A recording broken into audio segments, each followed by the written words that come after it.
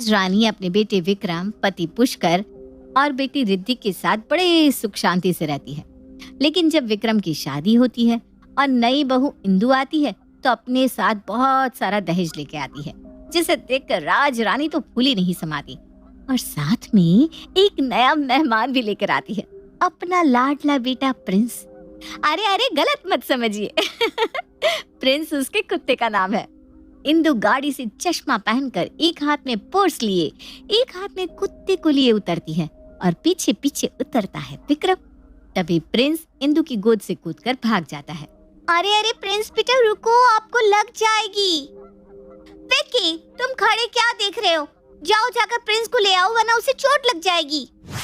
विक्रम दौड़कर प्रिंस के पीछे जाता है। इंदु घर की तरफ जाती है। राज रानी और रिद्धि दरवाजे पर खड़ी हैं। इंदु उन दोनों की तरफ देखे बिना घर के अंदर आती है। रिद्धि, मेरे लिए एक ग्लास लेकर आओ और मेरे प्रिंस के लिए दूध और साथ में 2 टोस्ट। और हाँ, याद रखना टोस्ट ज्यादा कड़क नहीं होना चाहिए। मेरे प्रिंस को कड़क टोस्ट पसंद नहीं। मैं अपने कमरे में जा रही हूँ, बहुत थक गई हूँ। और मम्मी, विक्की आए तो बोलना मेरे सारे सूटकेस मेरे रूम में ले आए। और इंदु जी चली जाती है अपने कमरे में। रिद्धि इंदु के लिए पानी और नाश्ता लेकर उसके कमरे में जाती है। भाभी ये देखिए, मैं आपके लिए गर्मा गर्म नाश्ता लेकर आई हूँ। इंदु अपने बड़े से महंगे फोन में रील देख रही थी और बिना रिद्धि की तरफ देखे कहती है, यही रख दो। प्रिंस ने कुछ खाया क्या? भाभी कुत्ते को भी खिला देंगे, आप तो खा लो। इंदु बहुत गुस्सा हो जाती है। रिद्धि, कुत्ता नहीं है वो, बेटा है मेरा। उसका नाम प्रिंस है। आज के बाद उसे कुत्ता कभी मत बोलना। ठीक है भाभी, नहीं कहूंगी प्रिंस को कुत्ता। अब खड़ी क्या हो, प्रिंस को कुछ खिला दो। रिद्धि बाहर जाती है और प्रिंस को दूध और ब्रेड खिलाने लगती है। प्रिंस, ये ले दूध, ब्रेड खा ले। कुत्ता इधर उधर फुदक रहा था। रिद्धि दूध का कटोरा लेके उसके पीछे पीछे भाग रही थी, लेकिन कुत्ता रुकता नहीं। लास्ट में रिद्धि कुत्ते को पकड़ ही लेती है। आखिर पकड़ लिया तुझे कुत्ते, बहुत दौड़ाया तूने। अब चुपचाप खा ले, नहीं तो बहुत मारूंगी। कुत्ता भी इतना नटखट कि उसने तो दूध का बर्तन ही गिरा दिया। अरे ये क्या किया, पूरा दूध गिरा दिया। अब ये साफ कौन करेगा? इंदु रिद्धि को प्रिंस पर गुस्सा करते हुए देख लेती। रिद्धि, तुम्हारी हिम्मत कैसे हुई मेरे बेटे को डांटने की?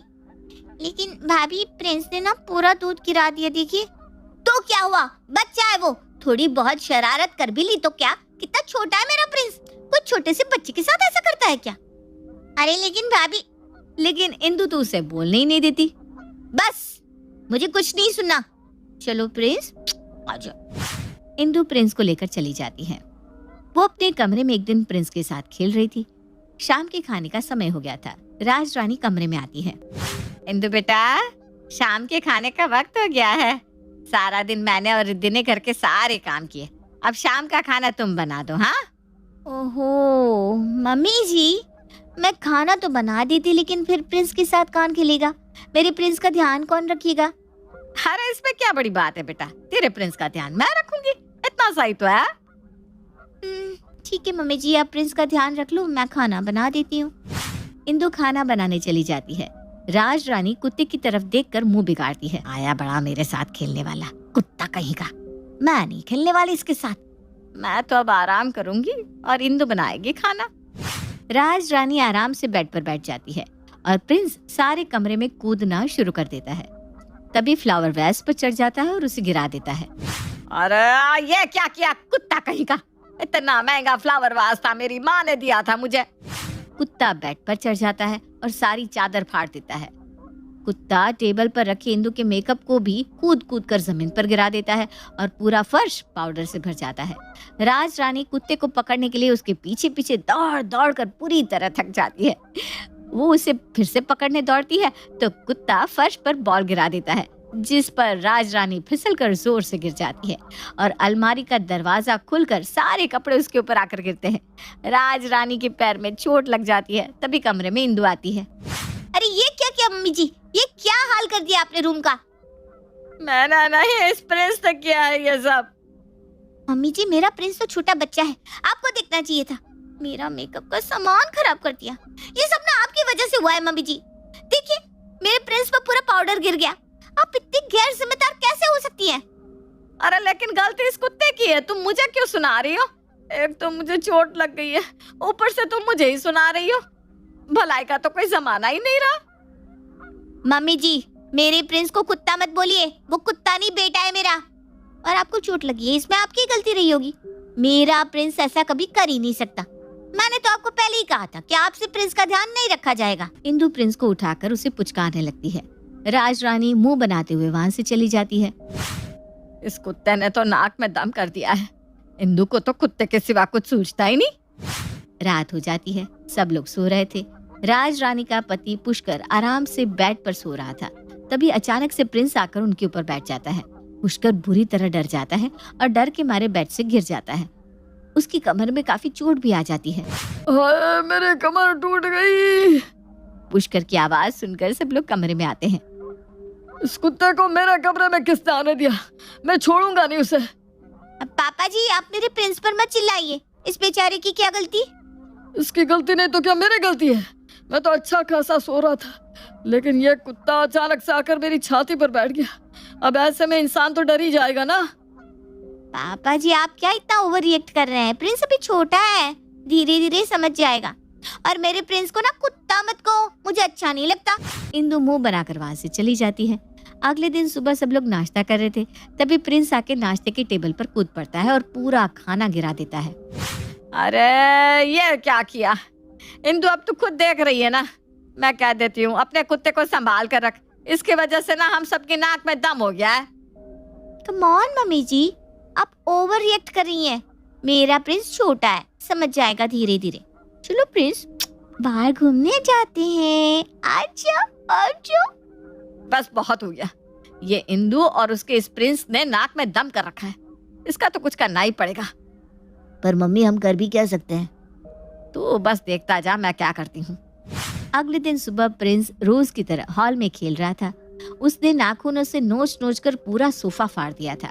राज रानी प्रिंस को ऐसा करते देख लेती है। तभी वहाँ इंदु आती है। उसे लगता है कि राज रानी रोज की तरह आज भी प्रिंस को डांटेगी, लेकिन वो तो मुस्कुराती है। कोई बात नहीं, प्रिंस बेटा छोटा है ना, हो जाता है।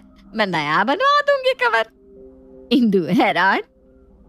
मम्मी जी, आज आपने प्रिंस को डांटा नहीं? अरे नहीं ना बेटा, अब मैं समझ गई हूँ। प्रिंस तो छोटा सा बच्चा है, बच्चे तो गलती करते ही है। वैसे ना मेरे पास प्रिंस के लिए एक गिफ्ट भी है। गिफ्ट? वो भी प्रिंस के लिए? तभी राज रानी आवाज देती है, लिप्सी बेटा अंदर आ जाओ। और एक सुंदर सी फीमेल डॉग दौड़कर घर के अंदर आती है। इंदु उसे देखकर हैरान रह जाती है। लिप्सी को देखते ही प्रिंस दौड़कर लिप्सी के पास आ जाता है। अरे प्रिंस बेटा, कहाँ जा रहे हो? यहाँ आओ मेरे पास, आ जाओ आ जाओ। लेकिन नहीं जी, अब प्रिंस इंदु की नहीं सुनता। वो तो लिप्सी के आगे पीछे घूमने लगता है। इंदु बार बार कोशिश करती है, लेकिन प्रिंस उसके पास आता ही नहीं। इंदु बेटा, अब तो तुम्हारे पास टाइम ही टाइम है, जा खाना बना लो। हाँ, और प्रिंस की चिंता मत करना, उससे तो मेरी लिप्सी ही संभाल लेगी। इंदु का मुंह बन जाता है, लेकिन उसे मजबूरी में खाना बनाने जाना पड़ता है। इंदु पूरा खाना अकेले बनाती है। रिद्धि और राज रानी प्रिंस और लिप्सी के साथ खेल रहे थे। मैं यहाँ खाना बना रही हूँ और आप दोनों कुत्तों के साथ खेल रहे हैं।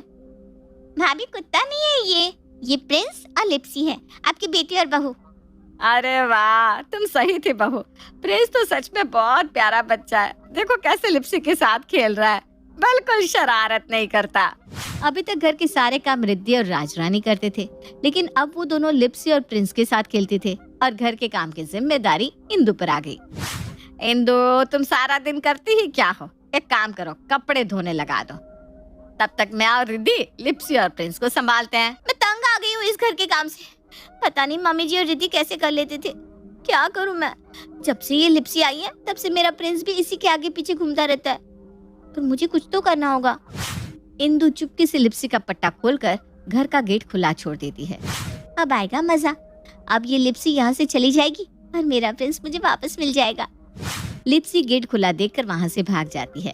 प्रिंस उसे भागते हुए देख लेता है और उसके पीछे दौड़ पड़ता है। इंदु हैरान रह जाती है। अरे नहीं प्रिंस, रुक जा बेटा, प्रिंस। इंदु अपना सिर पीट लेती है।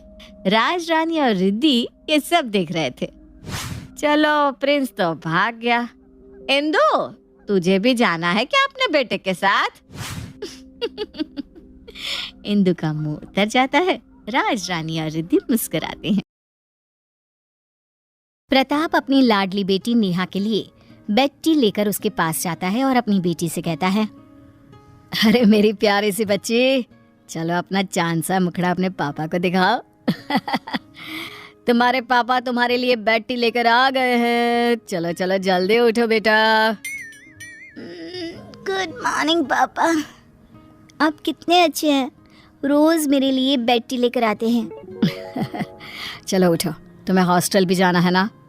पापा कितनी जल्दी छुट्टियां खत्म हो गई, मुझे ना आपको छोड़कर जाने का मन ही नहीं कर रहा। मुझे पता है बेटा, पर पढ़ाई सबसे पहले। चलो अब जल्दी से उठो, नहीं तो लेट हो जाओगी। और जल्दी से अपनी चाय खत्म करके रेडी होकर नीचे आ जाओ। अपने पापा की हाथ की बनी हुई चाय पीकर नेहा जल्दी से अपने हॉस्टल के लिए रेडी होकर नीचे आती है। पापा के पैर छूती है और गले लगते हुए कहती है, पापा आप भी साथ चलो ना। अब मेरी बच्ची डॉक्टर बनकर ही वापस आएगी, और जब मेरा मन किया करेगा ना, तब मैं तेरे हॉस्टल आ जाऊंगा तुझसे मिलने के लिए, ठीक है? हाँ। इतना कहकर नेहा अपना बैग उठाकर हॉस्टल के लिए निकल जाती है और वहीं अब पढ़ाई करने लग जाती है। ऐसे ही कुछ समय बीत जाता है। एक दिन उसकी मुलाकात मोहन नाम के लड़के से होती है। मोहन भी डॉक्टरी की पढ़ाई कर रहा होता है। देखते ही देखते उन दोनों के बीच काफी अच्छी दोस्ती हो जाती है। वो पूरा समय साथ बिताते, बातें करते रहते। एक दिन नेहा मोहन से कहती है, मोहन हमें शायद अब नहीं मिलना चाहिए। मैं यहाँ पढ़ाई करने आई थी, लेकिन तुमसे दोस्ती हो गई और हम दोनों की दोस्ती कुछ ज़्यादा ही आगे बढ़ रही है। मुझे अपने करियर पर फोकस करना है। प्लीज़ तुम भी अपने करियर पर फोकस करो और मुझे भी करने दो। पर नेहा, पढ़ाई से हमारी दोस्ती का क्या लेना देना? हम पढ़ाई कर तो रहे हैं और हमारी दोस्ती एक जगह है। नहीं मोहन, अब हम एक दूसरे से बात नहीं करेंगे। नेहा की ये बात सुनकर मोहन चुपचाप वहां से चला जाता है। ऐसे ही कुछ दिन और गुजर जाते हैं, जिसके बाद मोहन नेहा के पास आता है और कहता है, नेहा मैं तुमसे बहुत प्यार करता हूँ और मैं तुमसे शादी करना चाहता हूँ, और इसीलिए मैं तुम्हें अपनी माँ से मिलवाना चाहता हूँ। मोहन मैं... क्या नेहा, मुझे पता है तुम भी मुझसे प्यार करती हो, फिर दिक्कत क्या है? मोहन मैं तुमसे प्यार करती हूँ, लेकिन मैं यहाँ पहले अपने पापा का सपना पूरा करने आई हूँ, और वैसे भी पापा लव मैरिज के अगेंस्ट है। मैं चाहकर भी तुमसे शादी नहीं कर सकती। नेहा तुम उस चीज की टेंशन मत लो, हम लोग तुम्हारे पापा को मना लेंगे। इतना कहकर मोहन और नेहा अपनी पढ़ाई करने